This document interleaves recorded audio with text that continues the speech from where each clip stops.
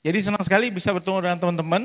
Um, saya aktifnya di HKBP Menteng, jadi lebih banyak di situ, dosen dan banyak berurusan dengan teman-teman yang anak-anak muda gitu ya. Jadi hari ini kita mau ngobrol soal uh, from participant to servant, lalu kita mau bicara juga soal uh, bagaimana kita bisa melayani dengan lebih baik lagi gitu. Memang teman-teman, saya mau kasih disclaimer dulu. Sesi hari ini kita mau ngomong soal teman-teman mau ngapain dalam hidup. Jadi kita akan bicara soal life goals. Saya sering kasih sesi ini, terutama buat teman-teman anak-anak muda untuk bantu mereka menemukan dia sebenarnya mau jadi apa. Sehingga ketika dia pelayanan, dia tahu betul kenapa dia ikut pelayanan, bukan cuma ikut-ikutan. Nah teman-teman, pertama,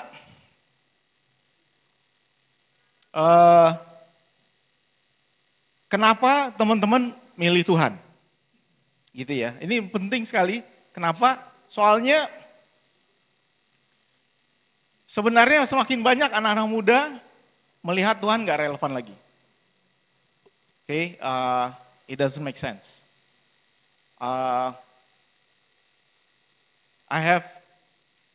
Jadi kami pernah memimpin sesi untuk anak kelas 5 SD, 5th grade. Mereka tanya, boleh bertanya apa saja sama saya. Jadi ini sekolah internasional, lalu dia panggil saya, lalu anak-anak kelas 5 bertanya, boleh nanya apa aja. Jadi gurunya nggak bisa dia jawab, dia kasih ke saya pertanyaannya. Jadi ini anak kelas 5 SD pertanyaan satu, who created God? Oke, ngomong-ngomong kalian ikutin berita nggak sih? Tahu nggak alien real? Ikutin nggak beritanya? Enggak ya? Enggak ya? Itulah kita kebanyakan nonton politik, siapa jadi presiden, ya kan, capres. Jadi minggu lalu Kongres Amerika, baru buka rahasia bahwa mereka sudah punya alien craft yang mereka simpan. Tapi kayaknya beritanya kurang besar di dunia ini. Saya bingung juga, ada alien tapi kok ya nggak terlalu besar beritanya. Kita lebih peduli pada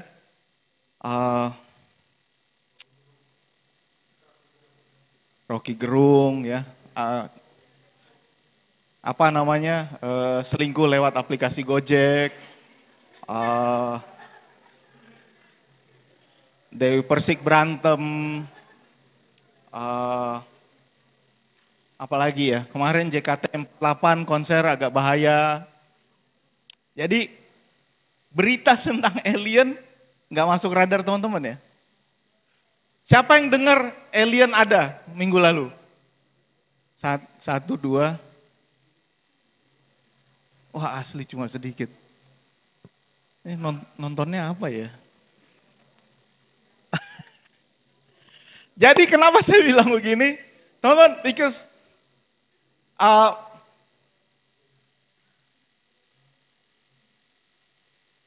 if you are here, it means that you chose God. If you are here. Or your parents send you here. Right? Kamu dipaksa orang tua ke sini, makanya kamu ada di sini. But in some way, you believe that God is real. Buat teman-teman kita yang ada di luar negeri, it's not given, it's not automatic. Mereka mulai bertanya untuk apa saya ada di sini. Oke?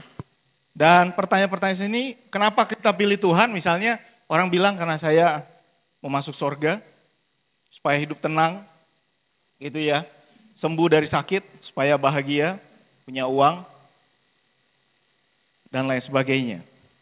Kalau pertanyaan ini saya tanya sama teman-teman, kenapa kamu pilih pacar? Gitu ya, kenapa pilih pacar kamu? Ngomong udah pada pacaran belum?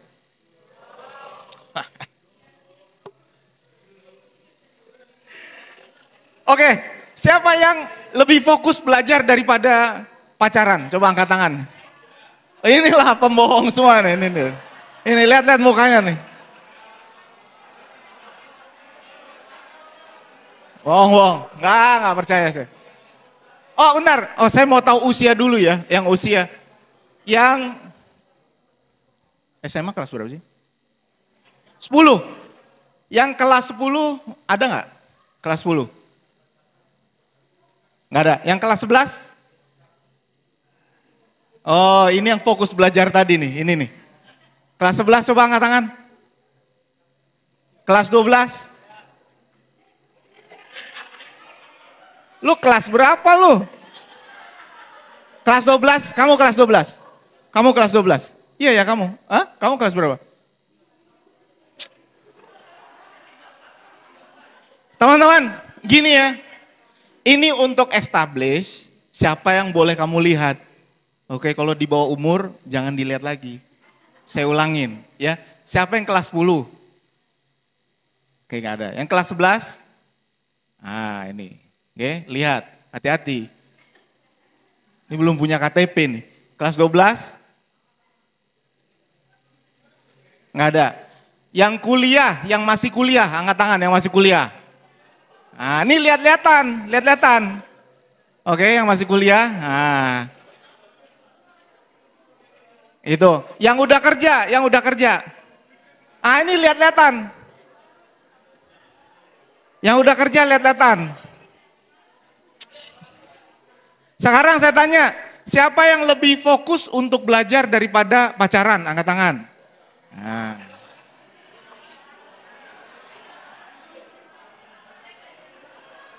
Itu yang udah kerja aja fokusnya belajar tuh, yang di sana tuh. Jadi gini teman-teman, oke? Kenapa kita pilih pacar ya? Macam-macam alasan ya. Tapi ada perbedaan antara supaya sama karena ya teman-teman. Supaya itu misalnya supaya saya dapat sesuatu, karena saya udah dapat. Saya ulangin ya. Ada beda alasan antara supaya sama karena. Misalnya, kenapa kamu sayang sama Tuhan? Supaya atau karena? Kan gitu. Kenapa kamu pilih pacar kamu? Supaya atau karena?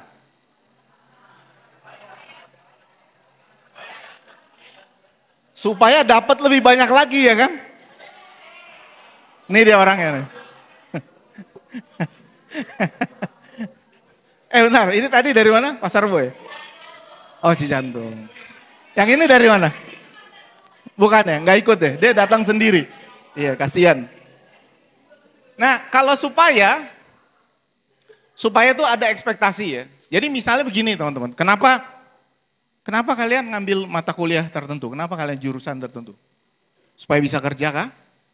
Ya kan? Atau karena kalian suka sama bidang itu? Kan ada bedanya. Kalau supaya sama karena. Kenapa kalian pilih SMA X misalnya? Karena saya ada di rayon itu, zona.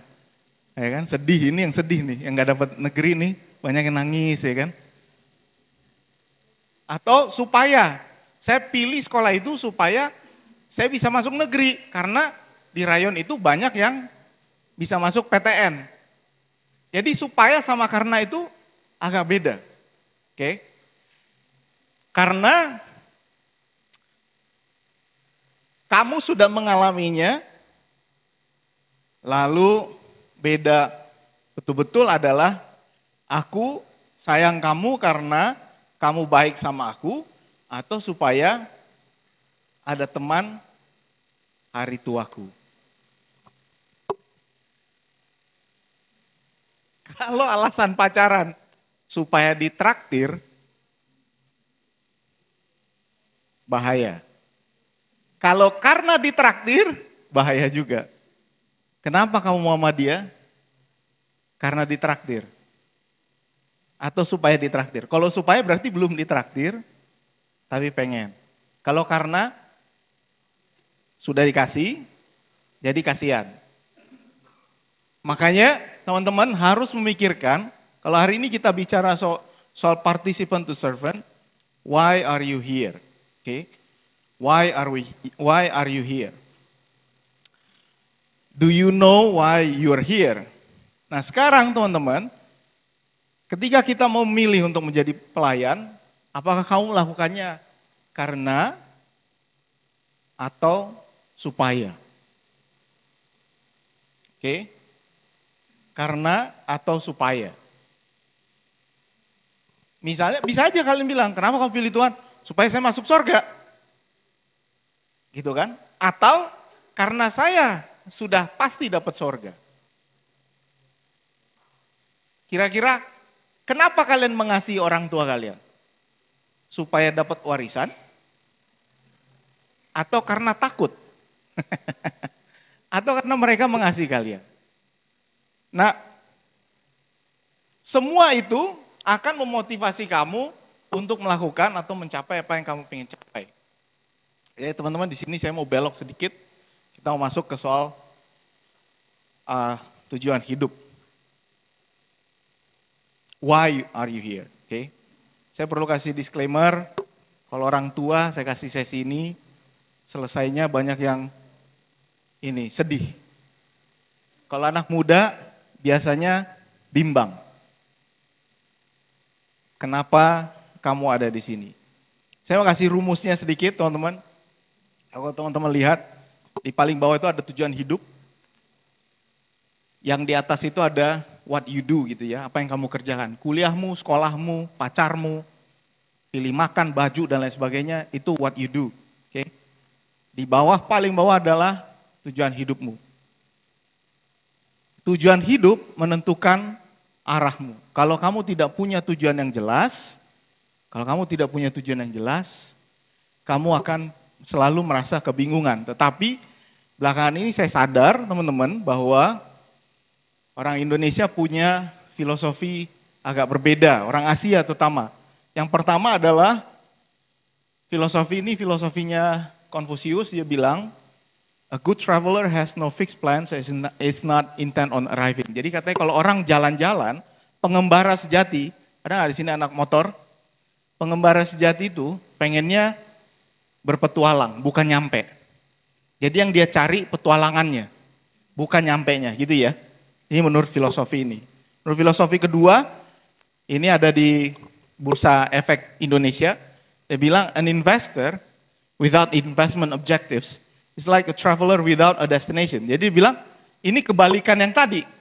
Jadi kalau kamu jalan-jalan gak ada tujuan, kalau kamu itu nggak ada gunanya kamu invest di situ. Kalau kamu mau invest, you gotta have a goal. Oke. Jadi teman-teman, waktu melakukan berbagai hal, pikirkan, kamu punya tujuan jelas, atau sebenarnya cuma mau menjalani dan menikmati perjalanan itu. Misalnya, buat yang nanti mau kuliah atau yang sudah kuliah, waktu kamu cari kuliah, jurusan sekarang, kamu tahu nggak mau ngapain dengan jurusan itu, atau kamu cuma menjalaninya aja? Tahu nggak yang kuliah? Yang kuliah tadi mana sih? Ada nggak yang kuliah? Kamu tahu kenapa ngambil itu atau jalanin aja?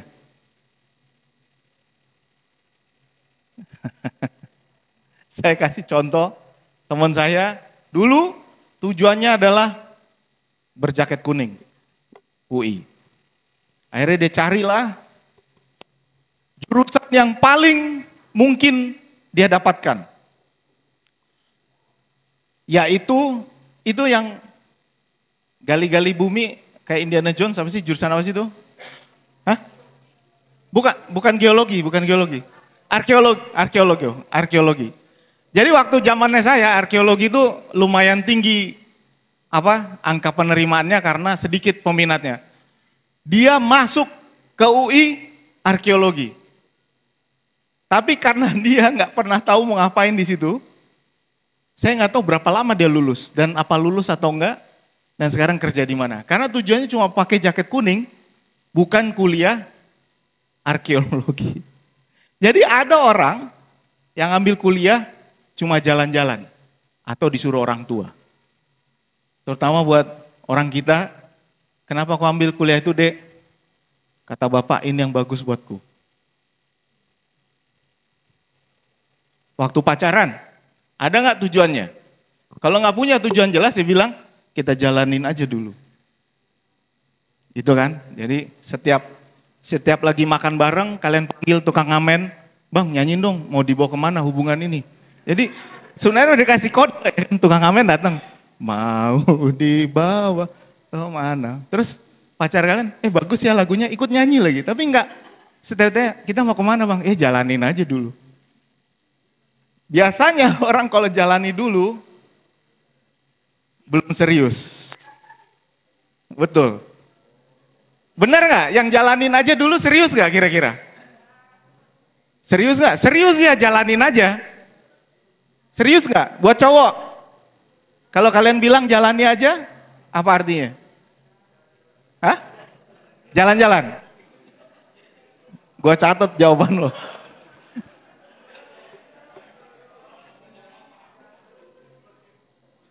Yang udah kerja. Oke.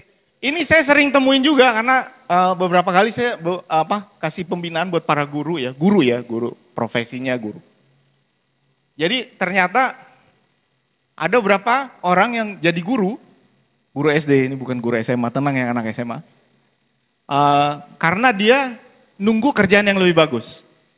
Jadi dia masuk jadi guru, jalanin aja. Kira-kira orang yang menjalani aja lebih semangat gak dari orang yang memang niat ada di situ? Enggak. Udah pasti enggak. Ada orang yang memang kecelakaan ada di situ, dan ada orang yang serius menjalaninya. Jadi, kalau kamu tidak punya tujuan yang jelas, kamu memang akan jalan-jalan. Nah, ada orang yang senang jalan-jalan, ada orang yang gelisah kalau jalan-jalan. Alasan melakukan sebuah pekerjaan, alasan melayani harus tepat. Kalau enggak, kamu juga cuma jalan-jalan. Contohnya teman-teman adalah, saya mau kasih lihat Tuhan Yesus, tujuan Tuhan Yesus sepertinya clear. Ini Yohanes 6 ayat 39 dia bilang, inilah kehendak dia yang telah mengutus aku supaya dari semua yang telah diberikannya padaku jangan ada yang hilang tapi supaya aku bangkitkan pada akhir zaman. Jadi Tuhan Yesus bilang, I want to save as much as people as I can. Itu kata Tuhan Yesus. Makanya dia kerjanya semangat sekali, dia tahu waktunya terbatas. Jadi tujuannya itu, lalu dia mengerjakannya. Nah teman-teman,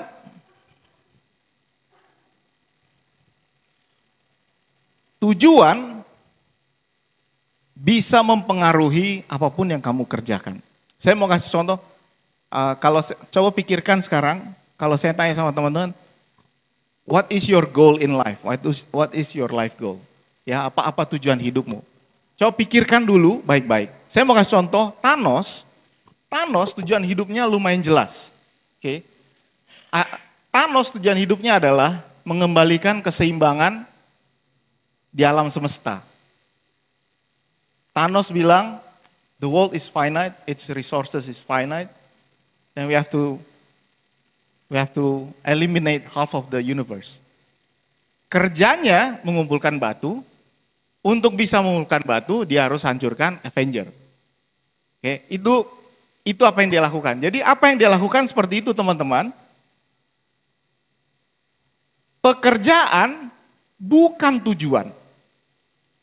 Nah yang menarik adalah ketika Thanos berhasil mencapai tujuannya di Infinity War, di seri berikutnya di Endgame, sesudah dia berhasil menyelesaikan semua, mencapai tujuannya, apa yang dia lakukan?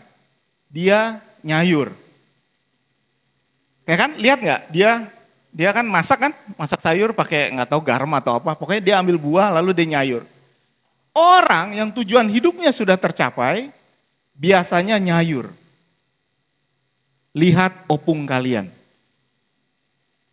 Kalau opung udah selesai tujuan hidupnya, ditanya, opung apa yang kudoakan? Ini opung saya terutama, opung saya waktu itu, saya 85 ya, saya tanya opung, waktu saya udah pendeta, tanya, apa yang bisa saya doakan? Dia bilang, janganlah doakan apa-apa lagi, doakanlah biar cepat mati. Gitu. Karena dia merasa semua tujuannya sudah tercapai. Jadi orang kalau merasa semua tujuannya sudah tercapai, ujungnya ngapain? Nyayur. Oke, ingat ini ya, orang yang merasa tujuannya sudah tercapai, akhirnya nyayur. Salah satu contoh yang paling konkret sekarang yang bisa kasih lihat adalah Messi. Kira-kira tujuan hidupnya Messi apa? Ada yang tahu nggak ya anak cowok yang nonton bola? Atau anak cewek, ada nggak? Messi?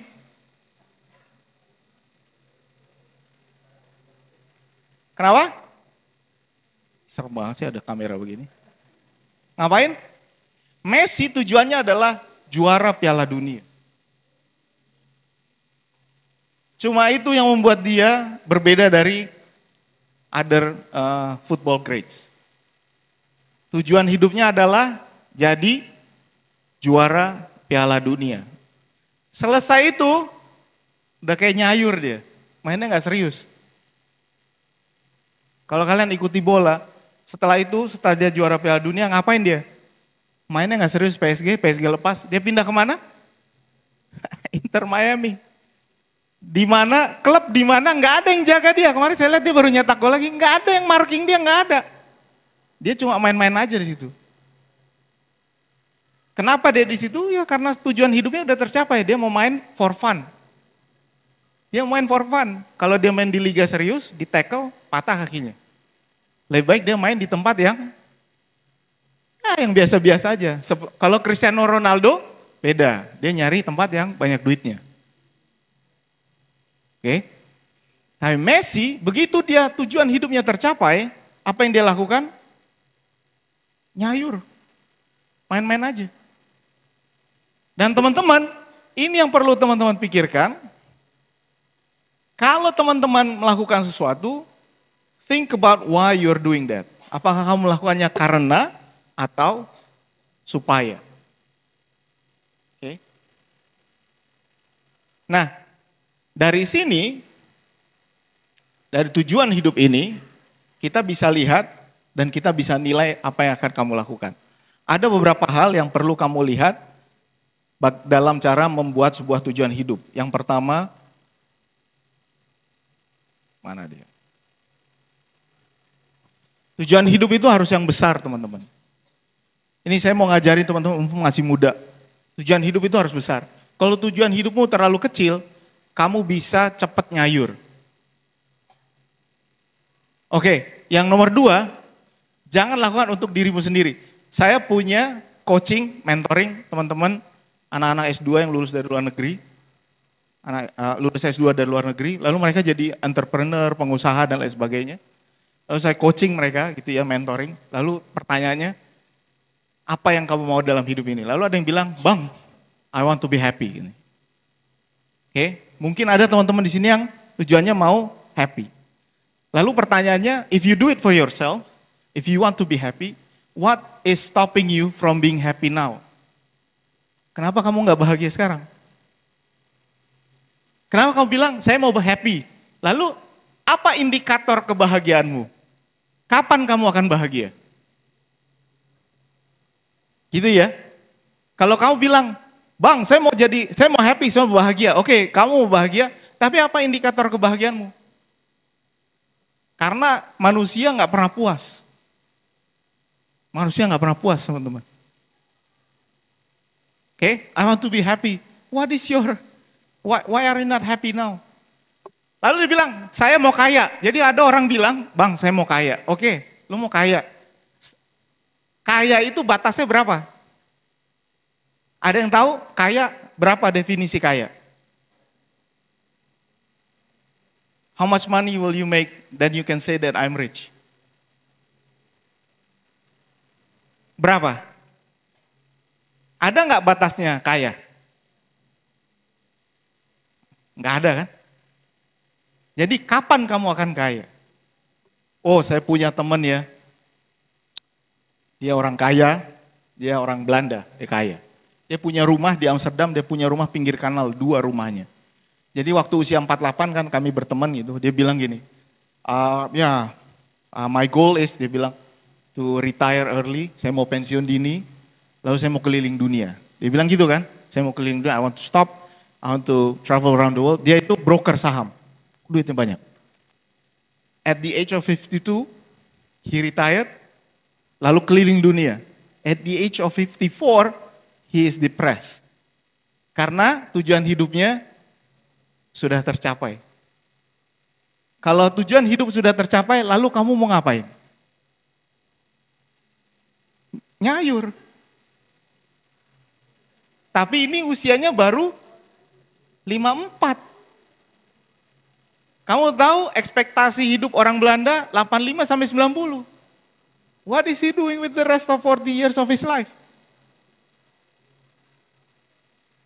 Jadi kalau kamu cita-citamu cuma saya mau punya keluarga yang baik, begitu kamu berkeluarga, nyayur bro. Ini sama juga dengan posisi, jangan pikirkan posisi itu jadi tujuan hidupmu. Jadi misalnya, lu mau jadi apa? Gue mau jadi presiden. Oke ya, siapa tahu ada yang mau jadi presiden, it's okay, that's a good goal. Tapi kalau pekerjaan adalah tujuan hidupmu, begitu kamu jadi presiden, nyayur, bukannya kerja. Karena jadi presiden adalah caramu untuk mencapai tujuan hidupmu. Tujuan hidupmu apa? Memperbaiki nasib rakyat Indonesia. Dengan apa? Jadi presiden. Jadi kalau kamu jadikan posisi sebagai tujuan hidupmu, once you arrive there, you'll stop working. Because you don't know what to do. Oke, coba teman-teman bayangkan. Kalau cita-cita saya adalah, ini sebenarnya abang saya ini bilangnya terlalu cepat, baru minggu depan bang pengumuman. Dia bilang saya profesor, saya baru minggu depan lah dapat SK mungkin ya. Mungkin semoga begini.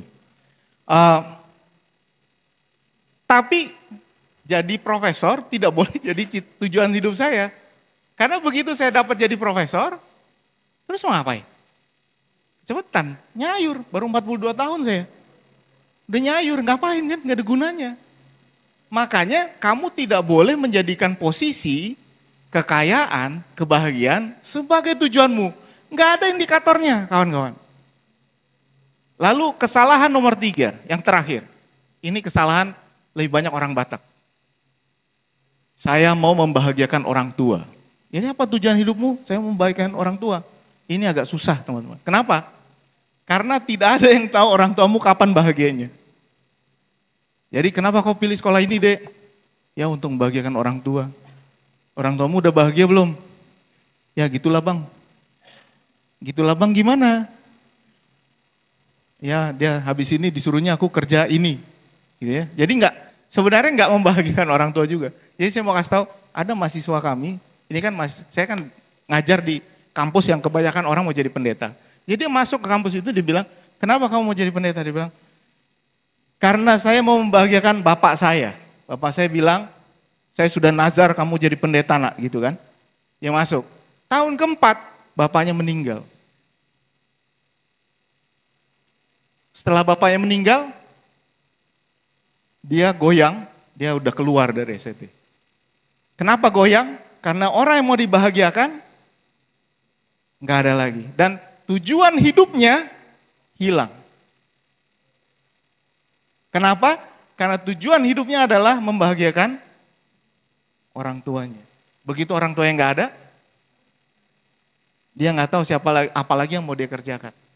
Jadi teman-teman jangan jadikan jabatan, jangan jadikan orang lain, jangan jadikan diri sendiri sebagai tujuan hidupmu. Jadi apa tujuan hidupmu? Ngapain kamu ada di sini? Karena teman-teman, tanpa alasan yang benar, tanpa motivasi yang benar, apapun yang kamu lakukan, cuma membuat kamu capek saja. Tanpa motivasi yang benar, kamu hanya akan kelelahan mengerjakan berbagai hal. Nah, orang bisa berada dalam pelayanan sama-sama, tapi motivasinya belum tentu sama. Oke ya, orang bisa ada dalam satu tim pelayanan, tapi motivasinya belum tentu sama. Ini yang paling nyebelin. Ada orang yang pelayanan tujuannya untuk tampil, main musik. Ada orang yang pelayanan tapi tujuannya killing time. Lalu ada orang yang pelayanannya, saya mau memuliakan Tuhan gitu ya, motivasinya benar. Lalu ketemu satu tim. Kira-kira nanti yang akan jadi sebel di tim itu yang mana? Siapa yang akan marah-marah? Siapa yang akan cepat keluar? Siapa yang akan mengganggu yang lain? Nah teman-teman,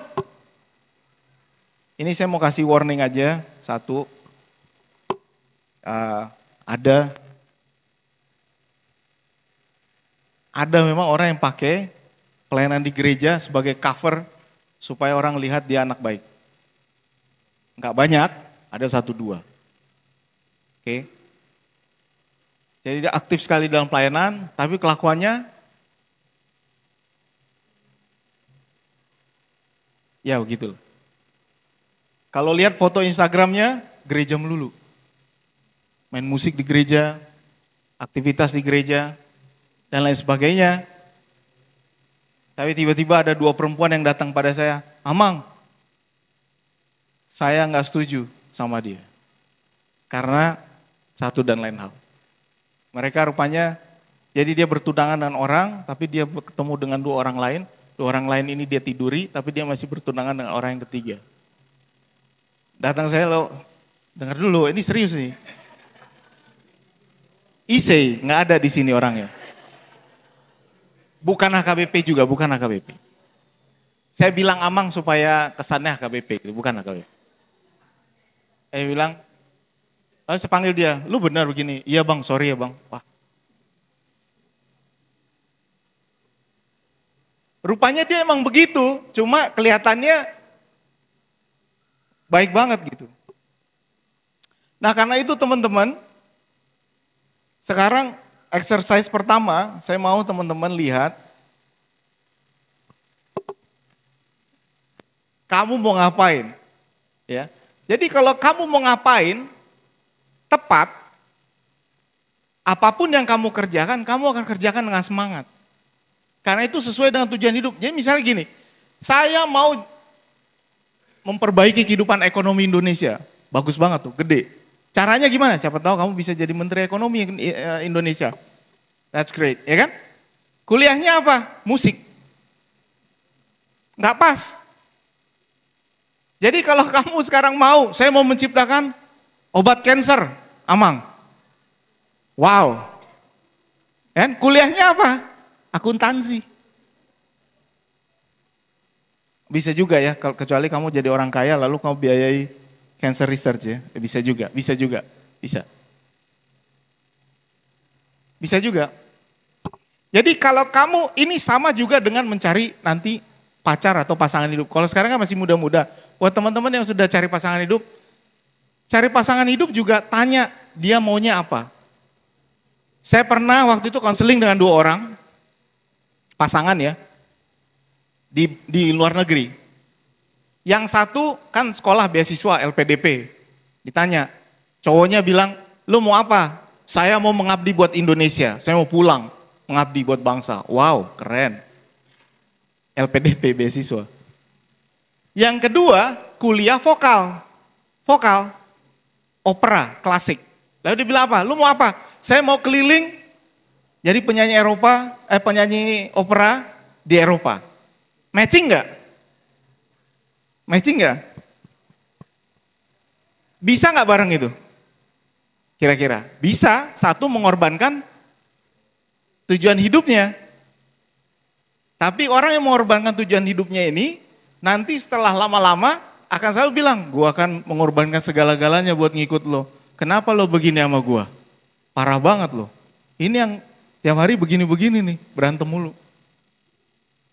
Karena yang satu mengorbankan segala-galanya untuk ikut yang lainnya. Jadi teman-teman, saya mau teman-teman tulis sekarang exercise, tulis di handphone. Sekarang kan bisa ngirim WA untuk diri sendiri ya. Bisa kan? Coba kirim WA untuk diri sendiri. Halo Mi. Enggak usah lah itu, pakai halonya enggak usah. Halo saya. Tujuan hidupmu adalah, gitu. Halo saya, ya entah gimana lah, pokoknya tulis. Tujuan hidupmu apa? Tulis, tolong tulis WhatsApp untuk diri sendiri, silakan sekarang. Kamu punya 1 menit. Tujuan hidupmu apa kira-kira? Ingat, jangan posisi, jangan untuk diri sendiri, juga jangan untuk orang yang spesifik.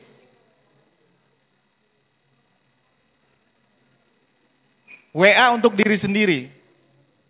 Bisa kan? Bisa gak? Bisa kan? Iya, bisa.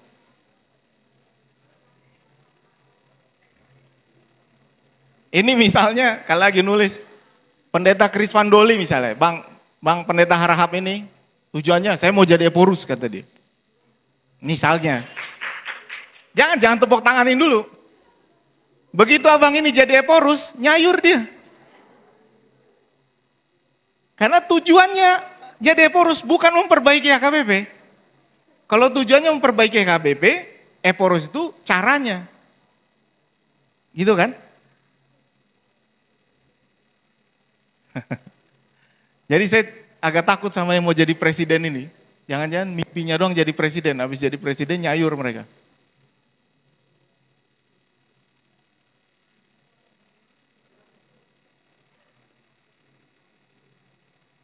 Masa tujuan hidup nyontek sih sama orang? Lo apa sih? Kok bareng? Kok sama sih? Itu kayak udah psikotes. Ingat nanti yang mau psikotes, jangan ada yang nyontek, yang psikotes. Ketahuan yang nyontek, psikotes. Psikotes kok nyontek?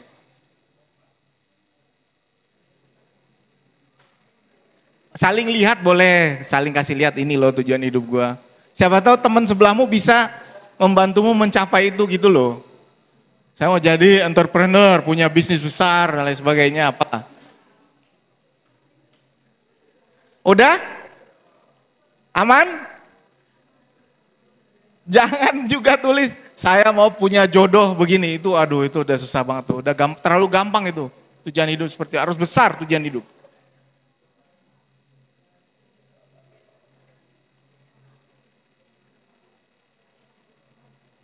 Udah? Siapa yang mau share? 1-2 orang aja. Saya mau share. Bisa pemuda malu-malu ya, nggak apa-apa lah. Saya mau share. Oh gini ya teman-teman, kalau kalian malu nanya, silahkan DM ke saya pertanyaannya. Nanti saya akan bacakan pertanyaan, kasih jawaban tanpa nama.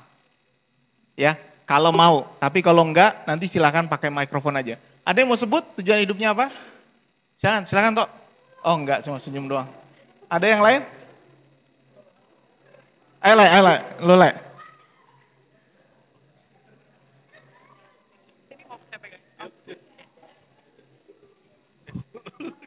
Gimana? Saya baca dulu ya, Pak.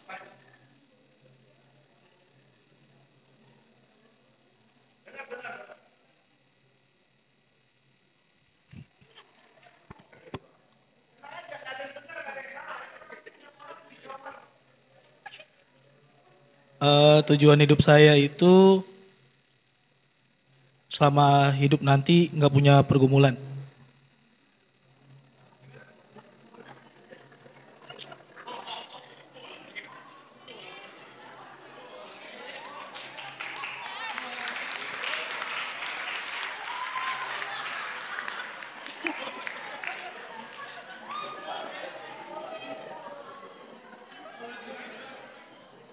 Iya, tujuan saya hidup ya selama hidup nggak punya pergumulan.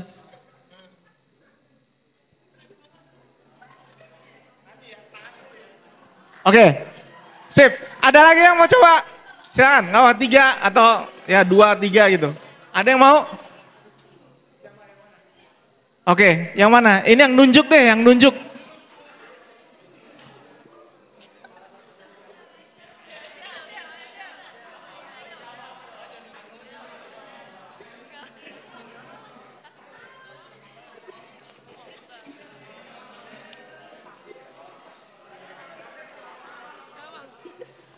Ini dari mana sih? Ini dari gereja mana sih?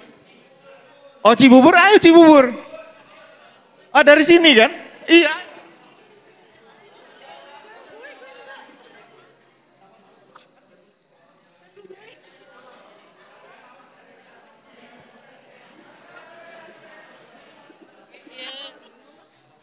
Um,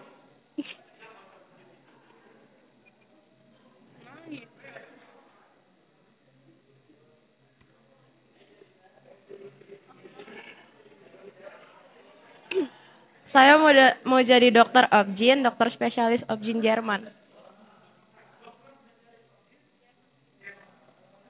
Di Jerman ya. Di Jerman. Bagus. Ada lagi dari yang lebih senior dari Jatiwaringin nih, salah satu.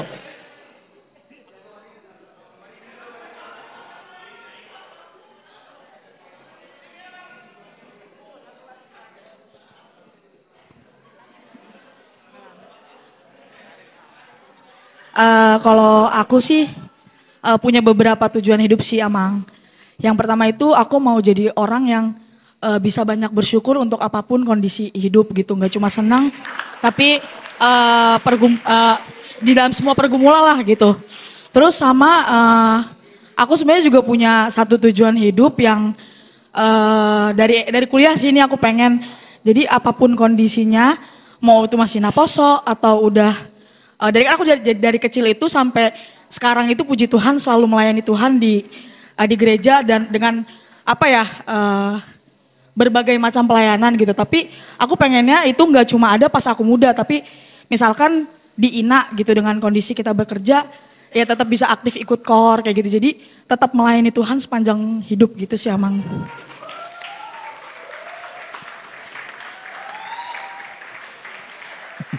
Sada, loh kemana orangnya? Kok pergi? Tadi ada di sini, mana ya?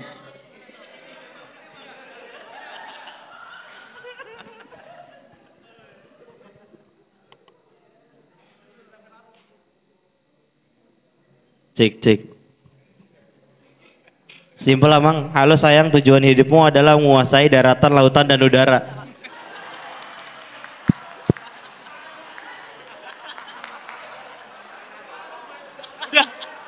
Udah itu doang.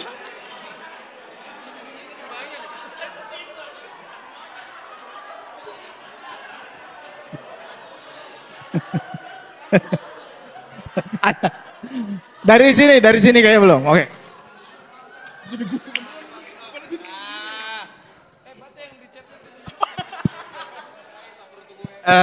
Ya, silakan. Tujuan hidup saya ini Amang. Saya mau belajar. Karena saya mau belajar. Karena setiap hari punya kesusahannya masing-masing dan belajar itu nggak ada berhentinya sampai kita mati.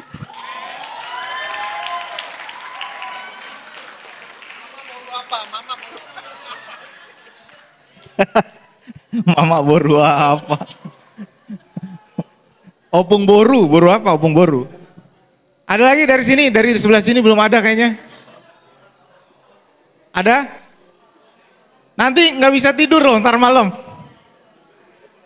Siapa yang mau? Silakan. Sorry ya, saya nginjek ini jadinya. Ada? Kedua? Yang lain? Nggak ada? Benar? Bentar, ini tadi dari Cijantung ya? Cijantung ya? Tadi yang ini dari Pasar Rebo, udah ada perwakilannya ya, live Pasar Rebo ya? Itu Jatiwaringin ya? Apa ini tadi? Cibubur udah? Ini Cibubur semua? Ada yang belum, gereja yang belum ada? Awang Pendeta mau kita dengar? Nanti saya aja, nanti saya akan share juga. Tujuan hidup saya share. Tunggu, nih tolong pegangin Toto. Nanti buat pegangin aja, titip aja sini. Nanti buat ini, keliling, tenang. Tapi sini dulu lah satu lagi. Sini kalian dulu, satu lah dari sini lagi. Tadi satu dari perempuan, satu laki-laki. Yang taman, ini Cibubur. Oh itu, boleh. Le, kayaknya banyak yang nunjuk Le.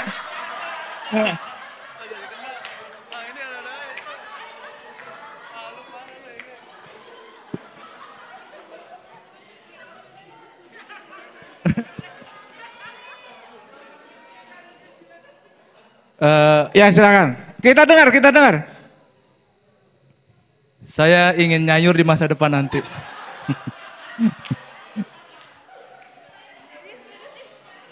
Enggak, itu serius. Apa? Serius, Biar Bang? saya tulis. Kalau udah sukses kan tadi Amang bilang nyayur. Enggak, kamu maunya sukses. Iya sukses. Kamu maunya sukses. Iya Mang. Ini kenapa jadi? Oke. Nah teman-teman. Oke. Saya sebenarnya cukup senang. Karena teman-teman masih muda. Jadi bisa diarahkan.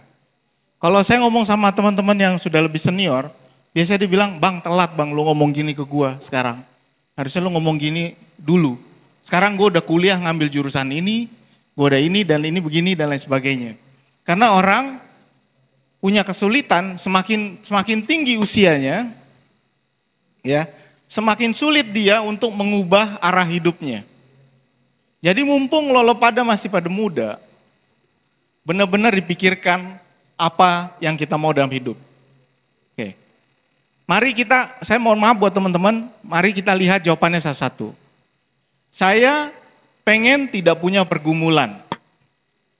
Kalau tidak punya pergumulan, berarti kamu tidak punya masalah.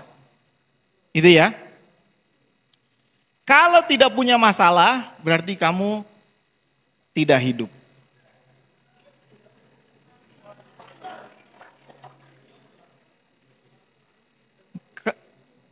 Saya ulangin, oke? Ada sebabnya, jadi ini penelitian katanya begini ya. Ada sebabnya, orang yang pikun cenderung hidupnya lebih panjang. Karena dia nggak punya masalah. Ya, ada opung inilah ya.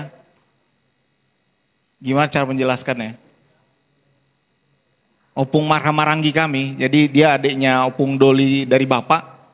Jadi Opung Boru ini meninggal usia 93 tahun. Pikunnya udah ngeselin. Level pikun itu ada yang lucu, ada yang ngeselin. Yang ngeselin ini artinya tiap pagi minta sarapan, biasanya begitu. Habis sarapan setengah jam kemudian dia minta sarapan lagi. Sesudah minta sarapan lagi, kita disalahin karena nggak ngasih sarapan. Beginilah pahopuku ini, padahal pendeta nggak dikasihnya aku makan. Jadi udah sampai di level ngeselin. Karena dia menyinggung pendeta, ngapain disinggung-singgung? Pendeta diinget sarapan kagak gitu. Iya kan pendetanya udah agak lama kan ingatannya agak jauh. Yang baru biasanya lupa. Jadi opung ini salah satu ininya pertanyaan tiap pagi sarapan dan duitku di mana? Habis sarapan, duitku di mana? Percuma di rumah pendeta, hilang duitku katanya. Ini opung ini apa sih maunya? Tapi dia habis ngomong gitu, siangnya udah lupa. Siangnya minta lagi, aku mau makan. Dan dia lupa bahwa tadi pagi sudah ngomong begitu. Umurnya panjang. Kenapa? Karena nggak ada masalah. Nggak ada masalah, tapi juga nggak ada kehidupannya. Umurnya panjang. Memang tinggal nyayur aja deh sepanjang hidupnya.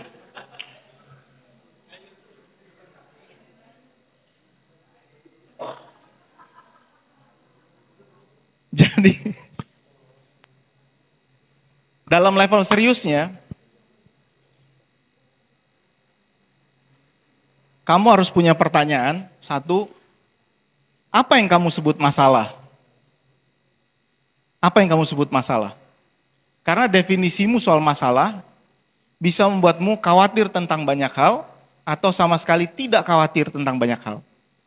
Misalnya, status kamu nggak punya pacar misalnya, masalah nggak buatmu? Itu kan? Kalau kamu punya pikiran yang A, kamu bilang itu masalah buat saya mau menikah dan lain sebagainya. Tapi kalau kamu pikiran B, saya masih muda, saya nggak lihat ini masalah. Jadi masalah bisa muncul padahal situasinya sama. Oke, masalah bisa muncul padahal situasinya sama. Jadi kalau hidupmu tujuannya tidak ada masalah, berarti kamu bertujuan untuk mengakhiri hidup. Karena tidak ada lagi alasanmu untuk hidup. Jadi sebelum nyayur, kamu udah berhenti. Cari alasan yang lain. Ito yang mau jadi dokter objin yang mana tadi? Ya. Toh, kamu mau jadi dokter objin di Jerman. Itu adalah caramu untuk mencapai tujuanmu. Itu bukan tujuan hidupmu. Karena kalau kamu jadi dokter objin, itu mungkin cita-citamu, tapi itu bukan tujuan hidupmu. Bedakan cita-cita sama tujuan hidup. Oke, cita-cita is something that you want to achieve, tapi goal is something that you are going to that direction.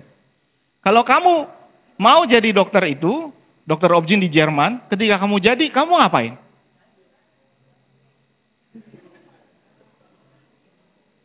Ya kan? Kecuali kamu bilang, saya mau mengabdi untuk kesehatan alat reproduksi perempuan,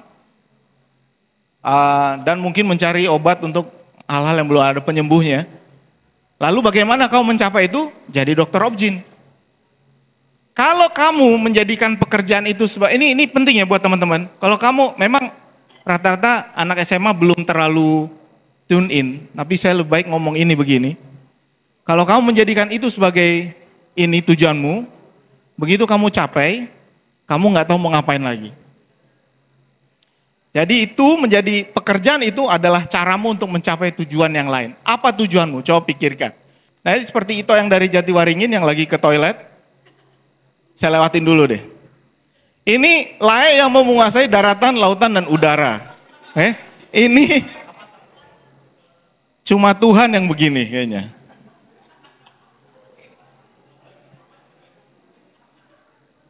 Memang ini tidak akan tercapai. Oke.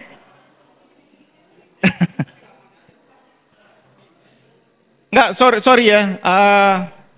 Mana ini saya ya? Pointer. Jadi gini teman-teman.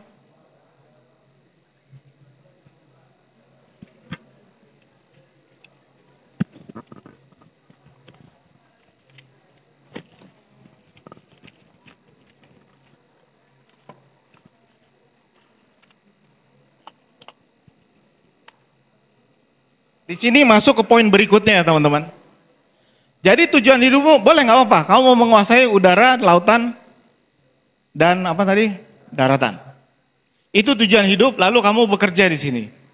Apa yang mau kamu kerjakan untuk mencapai itu? Gitu ya. Enggak, ini coba pikirkan begitu. Lalu apa indikatormu bahwa kamu sampai ke situ? Jadi misalnya teman yang tadi mau jadi dokter Obgyn, oke? Yang kamu katakan itu, Dek, adalah indikatormu. Karena dengan mencapai itu, saya lebih dekat ke tujuan hidup saya. Apa tujuan hidupmu? Kalau tujuan hidupmu cuma pengen tinggal di Jerman, yakinlah kamu akan kecewa. Satu. Kalau tujuan hidupmu cuma mau jadi dokter, yakinlah kamu akan kecewa. Apa yang mau kamu pakai, apa yang mau kamu gunakan dengan jadi dokter itu? Itu yang jadi tujuanmu. Oke? Karena nanti ketika kamu pikir, saya mau menyelamatkan hidup orang dengan menjadi dokter. It's not the other way around. Saya mau jadi dokter lalu saya menyelamatkan hidup orang, enggak. Saya mau menyelamatkan hidup orang dengan menjadi dokter. Dengan tidak menjadi dokter pun kamu masih bisa pikir dengan cara apa saya menyelamatkan hidup orang. Gitu ya. Lalu menguasai daratan ini, saya udah bingung ini. Saya coba bisa doakan aja ini, mungkin alien kali, alien. Kecuali menguasai ini dalam game. Dalam game, kecuali dalam game. Kalau ini dalam game, hati-hati selesai game ini nyayur kamu.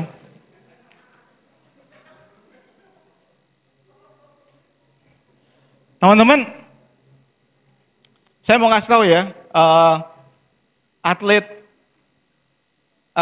yang paling sering depresi adalah atlet renang. Karena dia latihan 8 jam sehari, 6 sampai 8 jam sehari. Lalu ketika dia mencapai medali emas, lalu dia depresi. Kenapa? Karena sesudah dia capai itu, dia tidak tahu mau ngapain lagi. Sesudah dia capai itu, dia tidak tahu mau ngapain lagi. Jadi misalnya, saya mau badan saya keker gitu kan. Wah kayak bodybuilder, lalu kamu ke gym tiap hari. Kalau udah keker lalu mau ngapain? Mau diapain? Untuk apa? Kecuali kamu bilang, saya mau sehat. Dengan apa? Ya, bodybuilding. Kalau kamu bilang, saya mau bodybuilding, untuk apa? Ya, untuk keker aja. Itu jadi keker, mau jadi apa? Nah, makanya buat teman yang tadi bilang, saya mau belajar, tidak ada berhenti sampai mati, Itu betul, oke. Tapi kamu mau belajar apa? Apa indikatormu nanti, ini saya kasih tahu aja, bahwa kamu sudah belajar. Mungkin kamu mau mengembangkan pendidikan. Dengan mengembangkan pendidikan kamu bisa jadi apa saja. Sama seperti itu tadi yang bilang saya mau bersyukur satu, saya mau ikut terus melayani. Oke.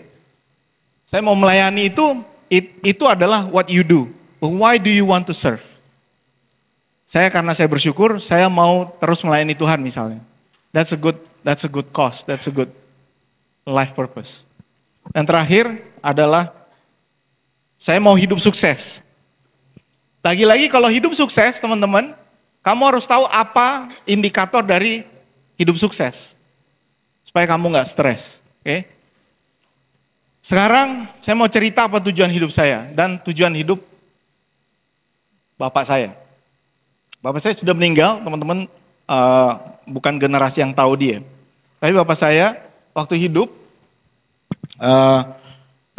dia merasa bersyukur sama Tuhan, dia anak yatim usia 4 tahun, kira-kira anak piatu umur 12-13 tahun, saya lupa persisnya. Jadi dia cepat yatim piatu. Lalu dia bisa kuliah di Medan, dia lahir di Bajambi, Tanah Jawa, di Sumatera Utara. Dia kuliah di USU, lalu dia merasa bersyukur, meskipun dia narik beca, pernah kecelakaan, hampir mati, lalu dia bersyukur bisa kuliah, lalu dia bilang, saya mau mengabdikan hidup saya untuk menolong orang susah. Karena waktu dia narik beca, dia sering dipalak di terminal. Ya dia kesel dia pernah berantem sama tukang palaknya, preman Medan, lalu akhirnya bilang, saya mau bela hidup orang susah. Nah, fast forward, ayah saya kemudian jadi orang yang sangat aktif dalam membela orang-orang kecil gitu ya, nanti kalian bisa Google namanya. Tapi setelah itu di usia 65 dia kena cancer. Saya fast forward, dia kena cancer. Lalu saya bilang, ayah sudah waktunya ayah berhenti. Karena ayah udah capek. Jangan lagi kerjain ini, istirahat aja. Udahlah bela-bela orang lain nanti aja dulu, kamu istirahat aja, ayah tidur aja. Lalu dia bilang begini, nak, tujuan hidup saya adalah mengabdikan hidup saya karena saya bersyukur sama Tuhan. Saya harus bela orang lain. Kalau ada yang susah, dia datang ke saya, pasti saya nggak bisa nolak, saya harus nolong dia. Jadi sampai akhir hidupnya, saya sering ngomelin dia bilang istirahat, tapi dia tetap menolong orang. Kenapa? Karena dia merasa tujuan hidupnya adalah menolong orang. Pekerjaannya banyak, pengacara, ketua serikat buruh, dan lain sebagainya. Tapi tujuan hidupnya nolong orang. Jadi kalau kamu punya tujuan hidup yang benar seperti itu, sakit pun kamu nggak akan berhenti. Karena tujuan hidupmu masih bisa kamu kejar. Kalau tujuan hidupnya bisa kamu capai, begitu tercapai, kamu akan berhenti punya tujuan hidup. Nyayur, tinggal nunggu-nunggu kapan selesai. Jadi kalau kamu mau punya tujuan yang panjang dalam hidup ini, please make sure that you do it. Karena kalau kamu punya tujuan hidup yang benar, cari jodoh, cari pekerjaan, cari kuliah, akan sinkron dengan kemauanmu. Kalau kamu sudah tahu apa yang kamu mau. The problem is, most people know what they don't want. They don't know what they want. Makanya tadi exercise itu mengajarkan sama teman-teman, apakah kamu tahu apa yang kamu mau? Karena nanti ketika kamu ikut pelayanan, kamu cuma ikut-ikutan, tapi sebenarnya ke hatimu nggak ada di situ. Dan itu nyebelin. Oke? Nah, sekarang saya share tujuan hidup saya. Tujuan hidup saya, mumpung ada abang saya di sini, dia belum pernah dengar ini. Tujuan hidup saya adalah, saya ini share ya, dengan segala kelemahan. Tujuan hidup saya waktu itu adalah, ini saya temukan usia 20. Jadi saya mau share ini sama teman-teman yang lebih muda biar lebih cepat ketemunya. Adalah melayani Tuhan di HKBP. Dan melakukan perubahan. Ya itu tujuan saya. Katanya agak klise. Melayani Tuhan di HKBP untuk melakukan perubahan. Oke, apa indikatornya? Saya buat indikator sendiri. Dari mana saya tahu saya berhasil menuju itu? Satu, HKBP liturginya harus lebih akomodatif untuk anak-anak muda.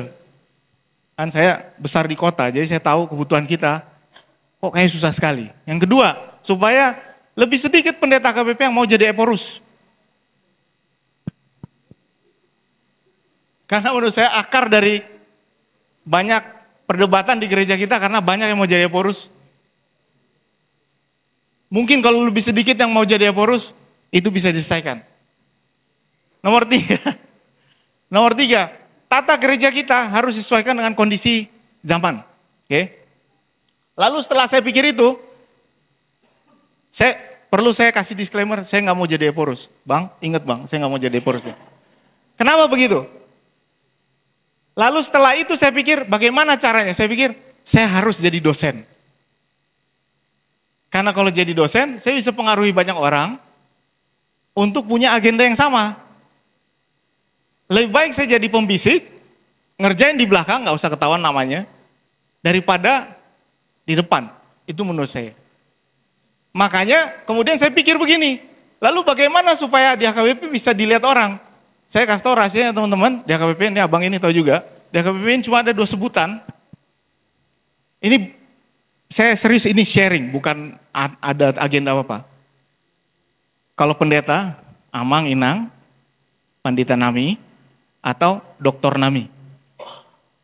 Iya enggak bang? Kalau kamu S3, idemu didengar. Jadi saya waktu itu bilang, gue harus sekolah S3 supaya didengar. Saya selesai S3 31 tahun. Dari Belanda. Oke. Lalu saya pikir, udah banyak dokter. Harus jadi profesor.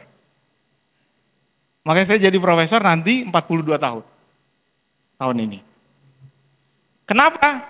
Supaya yang 3 ini bisa saya pengaruhi orang lain. Plus juga kalau saya jadi profesor, saya bisa tunjukin sama orang, lu nggak usah jadi Eporus, jadi profesor aja.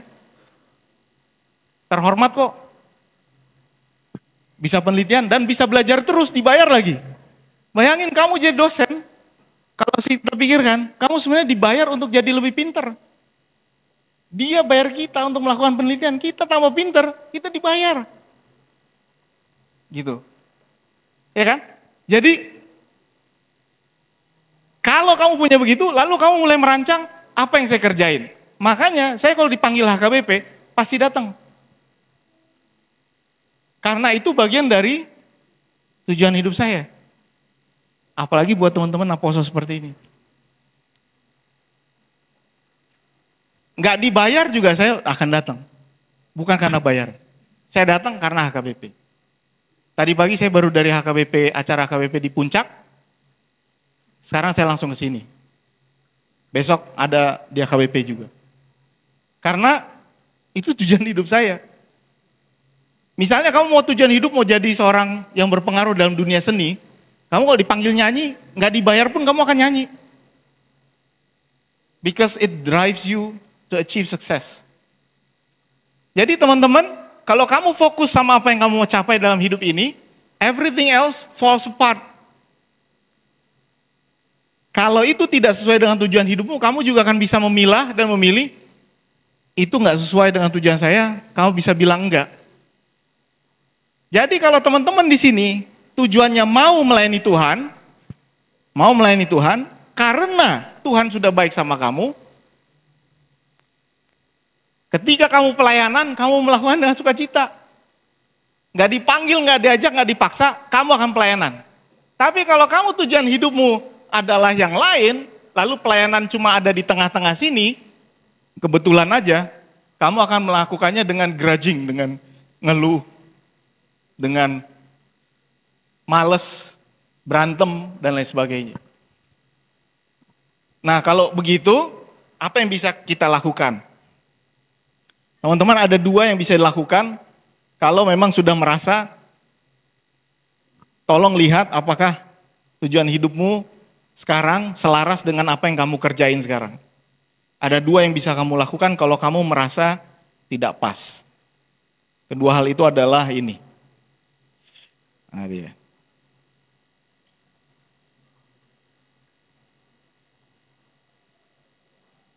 Satu, berhenti. Hentikan apa yang kamu kerjain sekarang, Jadi kalau sampai kamu kerja yang sekarang tidak mendatangkan damai sejahtera buat kamu, baik pekerjaan, baik kuliah, ya kuliah agak riskan juga. Kalau tahun pertama boleh lah. Kalau udah tahun ketiga, keempat, agak riskan. Tapi berhenti. Saya begitu sering saya ketemu orang yang bilang, saya salah pilih jurusan. Kenapa kamu pilih jurusan ini? Karena disuruh. Apakah bisa terlambat? Semakin tinggi usiamu untuk berubah, semakin susah pindah. Ada seorang teman yang saya layanin sekarang, beberapa tahun yang lalu saya layani, kami konseling gitu ya. Dia lulusan S2, dia S2 dari UI, lalu dia punya usaha sendiri, lalu dia datang, tiap hari dia datang, lalu bilang, Bang, gue pengen konseling, kenapa? Gue pengen, kayaknya gue gak sejahtera kerjain ini. Jadi lu mau jadi apa? Setelah ngobrol panjang dia bilang, kayaknya gue pengen jadi pilot bang, bapaknya pilot dulu. Pengen jadi pilot bang, bapaknya sudah meninggal. Lalu kenapa? Ya gue udah 28 tahun bang, kalau gue pilot sekarang, gue harus sekolah, uangnya mahal, sayang gue udah S2, akhirnya gue harus bayar mahal lagi uang sekolah pilot, lupanya 500 juta ya, saya baru tahu. Sekolah pilot 500 juta, mahal banget. Makanya kalau kalian sekolah, usahakan sekolahnya karena airline. Jadi nanti dikontrak, kamu harus kerja sama airline itu sudah tamat sekolah. Tapi karena dia sudah 28, dia kerja independen. Lalu dia bilang, Bang, gimana pindah nggak? Ya kami doa, lalu dia bilang, pada akhirnya dia bilang, gue pindah. Ya pindah aja, kalau kamu merasa nggak sejahtera kamu pindah. Akhirnya dia pindah, sudah pindah sekolah pilot dulu dia berhenti, mamanya marah. Mamanya marah, kan dia punya bisnis. Lu kok begini? Ya ini tujuan saya, kata dia. Lalu dia keluar, lalu dia ikut sekolah pilot, bayar. Lalu sudah sekolah pilot, waktu itu ada lamaran gitu, dia kirim ke Garuda, dia diterima, masuk Garuda, lalu kena COVID. Nggak terbang. 2020 nggak terbang, 2021 terbang dikit-dikit, 2022 udah mulai terbang. Lalu dia bilang gini, saya tanya, jadi gimana perasaanmu? Dia bilang, saya lebih happy sekarang bang, karena saya menghidupi apa yang menjadi mimpi saya. Jadi kalau kamu berani, kamu bisa mengikuti kata hatimu. Mengejar tujuanmu. Itu pilihan pertama. Pilihan kedua, kalau udah nanggung, ya ganti tujuan hidupnya. Jadi saya udah kerja ini, udah tanggung, ya udah ganti tujuan hidup. Tapi mengganti tujuan hidup lebih susah daripada ganti pekerjaan atau studi. Jadi teman-teman nanti anak-anak SMA yang kelas 11 ya banyak ya. Yang kelas 11, nanti mau pilih kuliah, pilih betul-betul kamu mau ngapain dalam hidup, pilih kuliah yang cocok denganmu.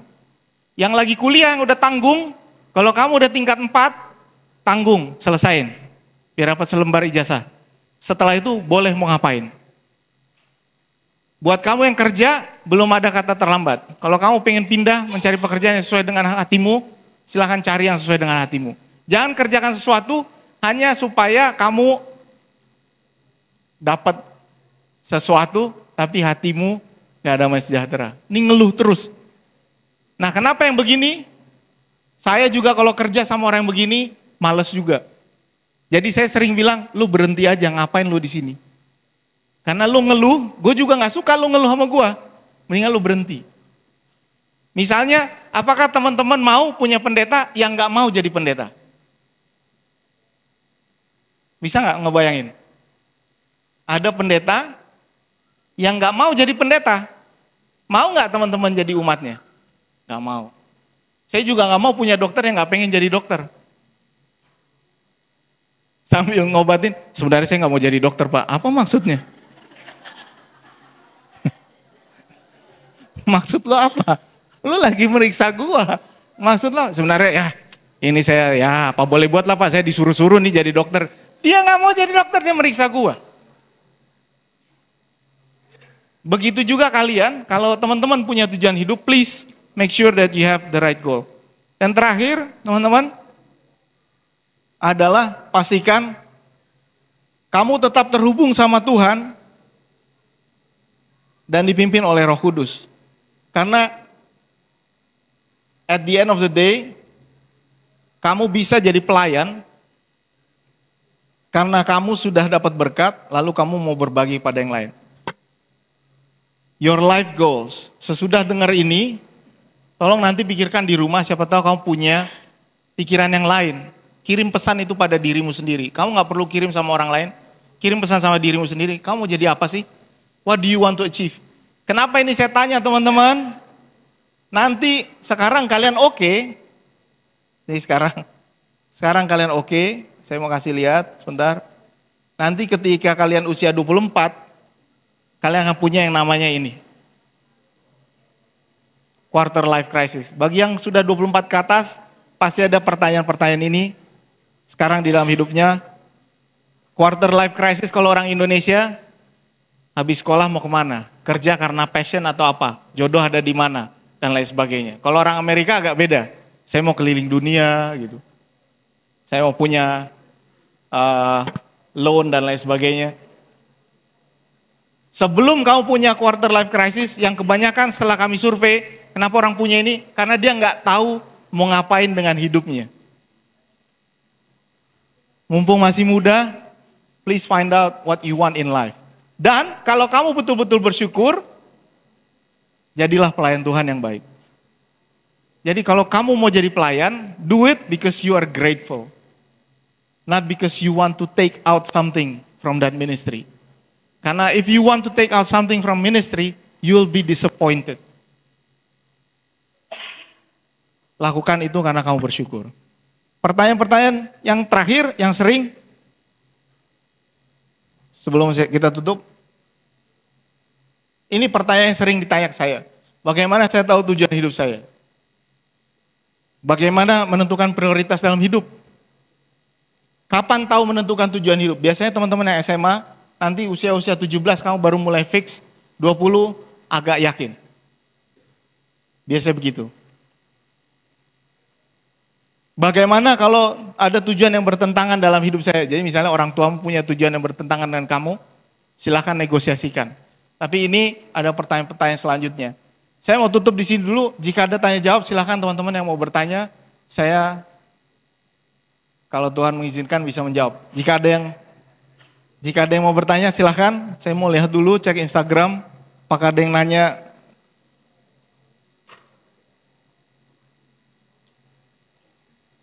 Sebentar ya.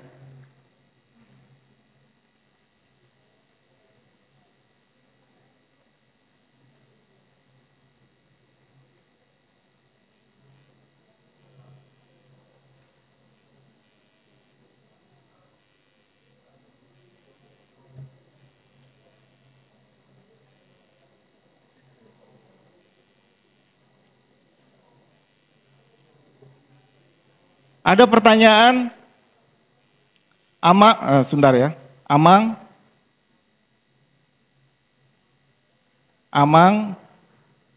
sebentar.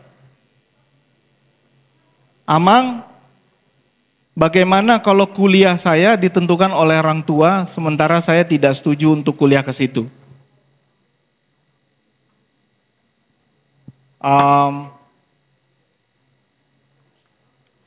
Jadi pertanyaan soal kuliah ya, ada nggak yang begitu? Ada nggak di sini? Yang disuruh kuliah yang tidak sesuai dengan keinginannya ada nggak? Banyak ya? Jadi begini teman-teman, ini taktiknya. Tolong teman-teman ngobrol dari hati ke hati dengan orang tua.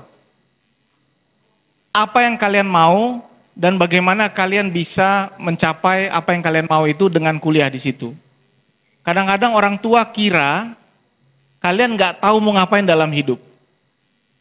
Jadi kalau kalian, if you show your parents that you did the research, saya tahu mau ngapain ini, saya tahu dengan ini saya bisa begini, silakan tunjukkan sama mereka. Dan kasih lihat contoh orang-orang yang berhasil di situ. Supaya orang tua kita juga tahu bahwa banyak sebenarnya mata kuliah atau jurusan lain yang sebenarnya sangat berpengaruh sama hidup teman-teman. Gitu ya teman-teman, tapi untuk lebih jelasnya nanti yang ini silakan WA-an sama saya biar saya kasih tahu taktiknya atau messenger biar saya kasih tahu taktiknya gimana caranya bernegosiasi dengan orang tua. Ada taktiknya juga negosiasi sama orang tua. Jangan dilawan orang tuanya, harus negosiasi. Gitu ya teman-teman. Apakah ada pertanyaan dari teman-teman? Kalau tidak ada saya akan kembalikan ke teman-teman panitia. Silakan.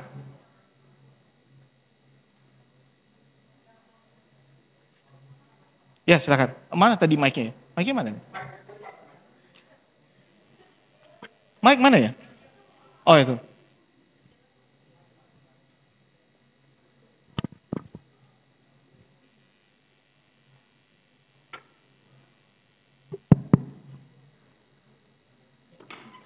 Aku mau nanya, kebetulan ini jadi keresahannya kami sih sebagai pengurus gitu, pengurus Naposo. Karena khususnya di Cijantung sendiri emang itu laki-lakinya sangat sedikit gitu. Jadi yang aktif perempuan-perempuannya. Begitupun pengurus sama jemaatnya, tapi makin kesini makin ada sih. Cuma tuh kami bikin program setiap minggu ada, tapi tuh kadang-kadang kami capek gitu ngerjainnya. Kadang capek, kadang juga senang gitu. Kalau kami sharing sih kami menyadari ya Mang, karena bukan supaya, karena kami menyadari kami sudah diselamatkan. Jadi kami mau orang-orang di sekitar kami juga merasakan hal yang sama kami sebenarnya. Tapi sebagai manusia itu kami capek itu. Kadang-kadang tuh aku pribadi kali ya mewakili teman-teman mikirnya, kita tuh lagi hitung-hitungan gak sih sama Tuhan? Kita tuh sebenarnya beneran mau ngerjain ini untuk Tuhan gak sih? Tapi kok kita sering keluar kata capek ya gitu kalau melayani. Gitu sama kadang-kadang mikir ini sih emang kami memang di usia yang lagi quarter life crisis itu ya. Kadang-kadang tuh banyak pilihan yang kayaknya lebih menggoda gitu di luar sana.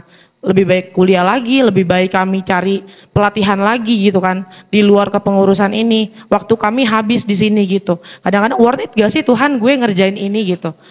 Makanya itu yang jadi bikin kami capek. Hasilnya apa ya Tuhan gitu. Dari yang awalnya kami dari karena kok lama-lama kami jadi supaya ya gitu. Gitu Amang, itu aja sih pertanyaannya. Gimana kita ngatasin itu? Wajar gak sih kita capek gitu sih Amang? Ya. Jadi teman-teman, kenapa capek ya? Jadi sebenarnya ada dua faktor. Yang pertama nggak sesuai. Jadi kamu ngerjain ini nggak sesuai dengan rencana hidupmu. Jadi kalau kamu ada dua sebab ya. Satu, kamu nggak sesuai dengan rencana hidupmu. Jadi ya udah capek aja. Karena memang nggak pas, nggak sesuai dengan keinginan kita. Tapi nomor dua, kenapa kamu capek? Bentar, mana dia? Karena kita tidak ada di dalam tim yang tepat.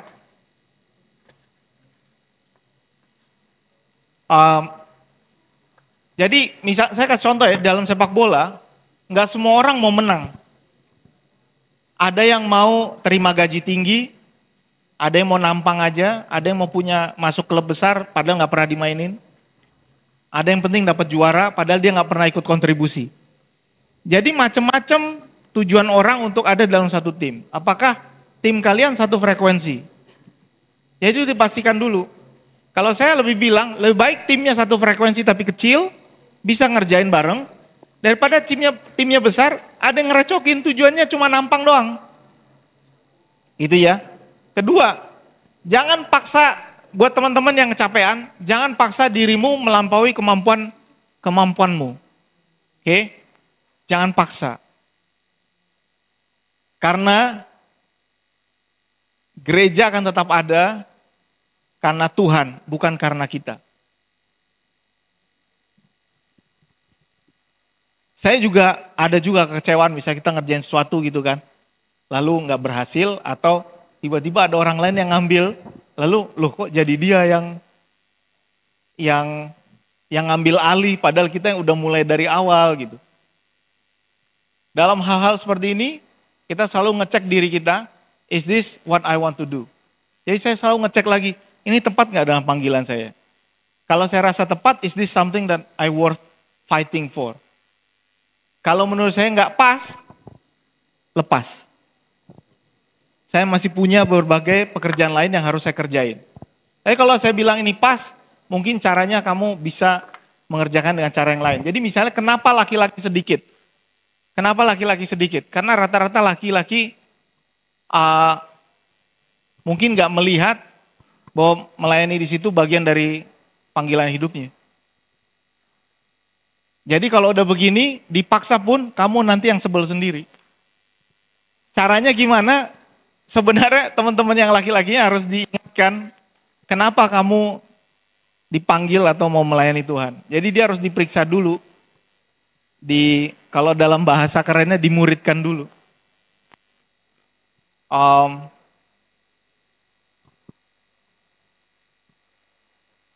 Di sini ada nggak sih pelayan yang atau aktivis gereja yang laki-laki, ada nggak sih? Pengurus Naposo yang laki-laki berapa orang? Coba angkat dong tangan. Pengurus Naposo yang laki-laki angkat tangan dong. Cuma satu dari Cijantung. R3. Sisanya? Sisanya berapa? Perempuannya berapa? 16. Memang laki-lakinya lebih sedikit. Iya, tapi itu bukan jadi masalah sih, karena kalau kami sih sebenarnya udah fine-fine aja. Kami menyadari itu nggak bisa kami kontrol. Tapi mungkin kata-kata dari sintua gitu, dari pendeta, mana nih kalian tiap hari ke gereja kayak gitu sih. Mungkin kadang-kadang itu kami kayak ngerasa kami udah jungkir balik, tapi itu lagi yang dilihat. Padahal kan sebenarnya tujuannya kan bukan itu ya. Laki-laki perempuan berapapun sebenarnya bukan tujuan kami gitu. Itu sih yang bikin kami capek tuh, itu sih emang hal-hal yang sebenarnya kami itu udah menikmati yang kami kerjain gitu. Tapi kenapa itu kadang-kadang serangan-serangan itu datang gitu. Kadang itu kan nggak bisa kami kontrol gitu sih emang. Oke. Kalau begitu ada nih saran buat teman-teman.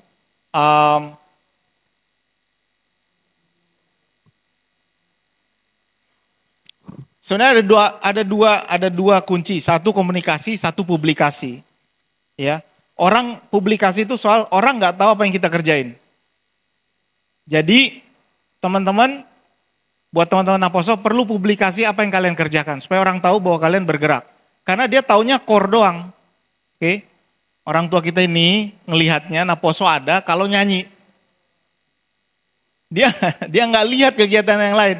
Jadi publikasi kegiatanmu, nyumbang apa, bikin acara begini, jalan kerja bakti apa, rapat apa, foto. Supaya orang tahu ini yang sedang dikerjain.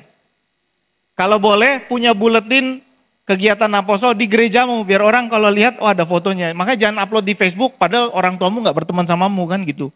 Dia nggak tahu apa yang kalian kerjain.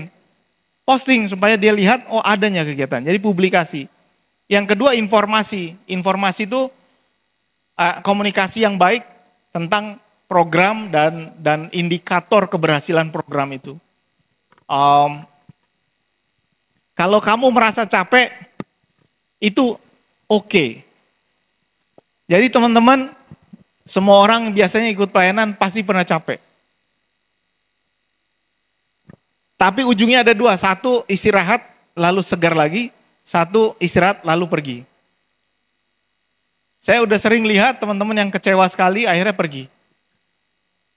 Tapi biasanya dia kecewa karena ada ekspektasi dia yang tidak sesuai dengan harapannya. Jadi saran saya buat teman-teman yang pelayanan, you do it because God loves you, bukan karena kamu mau take credit atau apapun. Oke? Pelayanan ini udah bagus pun kita kerjain, tetap akan ada yang protes kita kok. Bukan cuma kamu aja toh. Udah kita kerjain sebagus apapun, udah jungkir balik masih diprotes juga. Karena emang orang lebih senang protes kok. Tapi satu yang perlu saya bilang sama teman-teman, kamu hidup tidak dari komentar orang akan pekerjaanmu. Kamu hidup karena kamu tahu apa yang kamu kerjakan, kamu tahu kamu sedang menuju indikator apa yang kamu tuju dalam hidup ini, dan kamu berserah sama Tuhan. Ya, pada akhirnya Tuhan yang akan menilai kita. Buat teman-teman, dalam hidup ini kamu akan banyak terima komentar orang. Dalam hidup ini akan ada yang nyampah di halaman medsos kita. Dalam hidup ini akan ada yang nyampah di halaman medsos kita. Dia nggak kenal kita, dia maki-maki kita. Dia nggak tahu kerjaan kita, dia bilang, kok kayak nggak ada pelayanan kalian. Oke? To those people, close your ears. Nyanyi lalalalala. Nggak usah didengar. Oke? Punyalah orang yang betul-betul kamu percaya, sehingga cuma dari dia kamu dengar komentar. Oke? Tidak semua komentar harus kalian dengar. Yang mendengar ini artis Korea, banyak yang depresi. Di medsosnya, kamu jelek ya. Depresi dia. Padahal dia cakep. Tapi karena dengar orang bilang dia jelek, dia jadi nggak percaya diri. Akan ada orang yang bilang begitu. Haters, seperti kata Taylor Swift, apa? Haters gonna hate. Hate. Karena kerjanya emang begitu. Peringatan kedua, buat yang kerjanya hate orang lain, berhentilah dan sabar, bertobatlah. Ya, lu nggak usah ngurusin kerjaan orang, lu urus kerjaan lu. Emang lu udah berkarya seperti apa? Tapi ini juga ya, ada juga yang bilang, Bang, kan emang ada yang spesialis kerjanya komentator. Iya juga ya. Apalagi di plus 62 ini memang lebih banyak komentator. Komentator sepak bola lebih banyak dari pemain sepak bolanya. Dan rata-rata komentatornya nggak pernah main bola. Ya, ini toh, ini abang ini ya, para pendeta ini, kami udah sering dengar komentar-komentar tentang pelayanan. But at the end of the day, we know that we serve the Lord. So your grace comes from the Lord. Dunia akan selalu punya komentar sama kita. Bukan itu yang kita cari penyertaan Tuhan. Itu aja ya. Buat yang benar-benar kesulitan, share sama orang yang betul-betul kamu bisa dengar secara objektif untuk menilai pekerjaanmu sudah baik atau enggak. Jangan juga benci kritik, tapi dengar dari orang yang objektif. Bedanya hate, bedanya komen, membangun, sama kritik apa? Kritik itu kita kasih jawaban apapun, dia akan selalu membalas. Ini saya sering ketemu di medsos. Tapi karena kita ada di medsos, apapun yang dibilang orang kita nggak bisa lawan. Kalau dia komen yang membangun, dia akan cerita soal begini caranya dan lain sebagainya. Jadi teman-teman, kalau kamu jadi komentator, jadilah komentator yang membangun. Kalau kamu sedang dengar kritik yang nggak jelas, nggak usah diperhatiin, cuekin aja. Kalau emang kamu males, blok aja orangnya. Nggak ada yang ngelarang kamu ngeblok dia. Emang lu siapa? Blok aja. Daripada kalian yang stres, mending kalian blok. Ya. Ini penting buat teman-teman yang masih muda, karena kalian sangat terpengaruh sama komentar orang. Tutup aja, ya. Biar nggak stres, tutup. Ngapain lu dengar komentar orang yang juga nggak mikirin pikiran kita? Ya, tutup. Blok. Ada lagi? Satu lagi, terakhir. Dari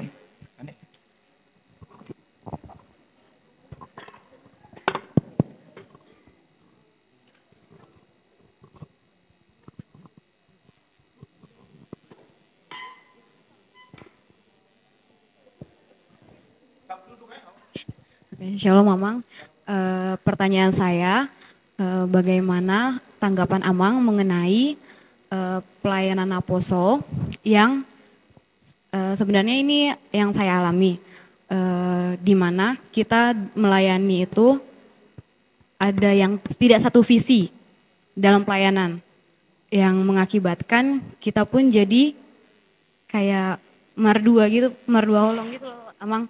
Jadi kayak jalan atau enggak ya. Nah, kira-kira apa yang bikin kita jadi mengabaikan hal itu untuk tetap maju dalam pelayanan? Oke, ya. Makasih, Amang. Saya jawab cepat ya.